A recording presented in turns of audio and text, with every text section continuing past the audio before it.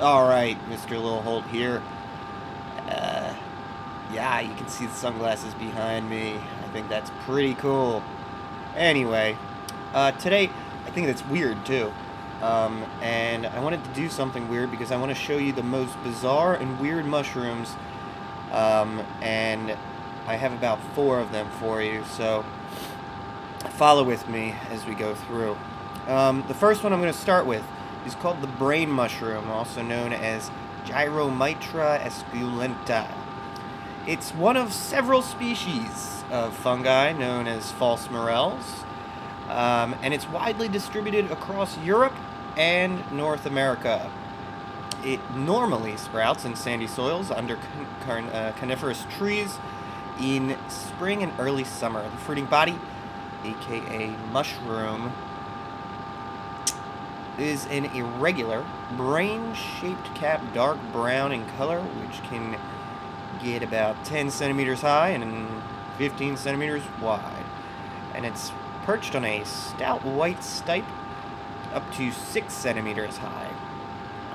Now, although this is potentially fatal if eaten raw, Gyromitra esculenta is a popular delicacy, actually, in Scandinavia, which I've visited before in my life, Eastern Europe, and the upper Great Lakes region of North America. Although popular in some districts of the Eastern Pyrenees, it is prohibited from sale to the public in Spain. It may be sold fresh in Finland, but it must be accompanied by warnings and instructions on correct preparation. Now, it is eaten in omelets, soups, or sautéed in Finnish cuisine. Although it is still commonly parboiled before preparation, recent evidence suggests that even this procedure may not make the fungus entirely safe, thus raising concerns of risk, even when prepared properly. So, my suggestion is stay away from it. Don't eat it. Now, the second one I want to mention is Hydnellum pecki, also known as the bleeding tooth fungus. Allow me to introduce to you one of the more unusual members of the kingdom fungi, the bleeding tooth fungus, or Hydnellum pecki, which goes by various names, often referring to juice or blood. This fungus can be found in North America, where it is more common in Pacific Northwest and resides mostly in coniferous forests. The bleeding tooth also makes appearances in Europe and has recently been discovered in both Iran and Korea. Upon a first glimpse of the bleeding tooth fungus, one may dismiss the ruby red liquid as the blood of some poor forest creature splattered across the white mushroom cap. When inspected more closely, it becomes obvious that the fungus is oozing liquid through its own small pores. How about that?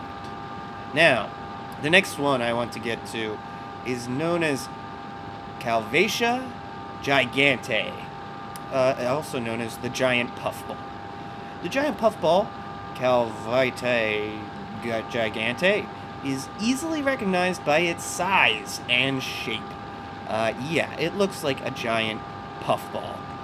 Typically, your specimens are about the size of a soccer ball and more or less round. So, if you're looking for one of these things, they're pretty evident to spot in the wild. Now, however, it can be much larger. A 5-foot, 50-pound specimen is on record, and its shape can be more blobbish than round, especially when it attains enormous sizes. Ugly. But it is never shaped like an inverted pear, since it lacks the sterile base portion common to many other puffballs. Langermania gigante is a synonym. For a discussion of the Langermania Calvatia controversy, you could look up Tom Volk's fungi online. He will show you some cool stuff about that. And finally, I want to get into the world's rarest fungi. It's also known as Choroactis, aka the devil's cigar. Okay? A star-shaped mushroom called the devil's cigar is one of the world's rarest fungi. Okay? It's also known as the Texas star. These fungi had detected only in central Texas, 2 remote locations in Japan, and most recently in the mountains of Nara. The devil's cigar is a dark brown cigar-shaped capsule that transforms into a tan-colored star when it splits open to release its spores. It's also one of only a few known fungi that produce a distinct whistle sound when releasing its spores. So now you know 4 very unusual, interesting, and controversial fungi. So I wouldn't eat any of them, just so you know. So don't eat these, even though the one is said to be a delicacy. This is going very well. I like my background here, and they're almost like my aviators, except more tan. And I gotta find those. So, this is Mr. Lilholt signing out on another exciting adventure in videography for the Guys in Glasses 3 science side of things. Au revoir.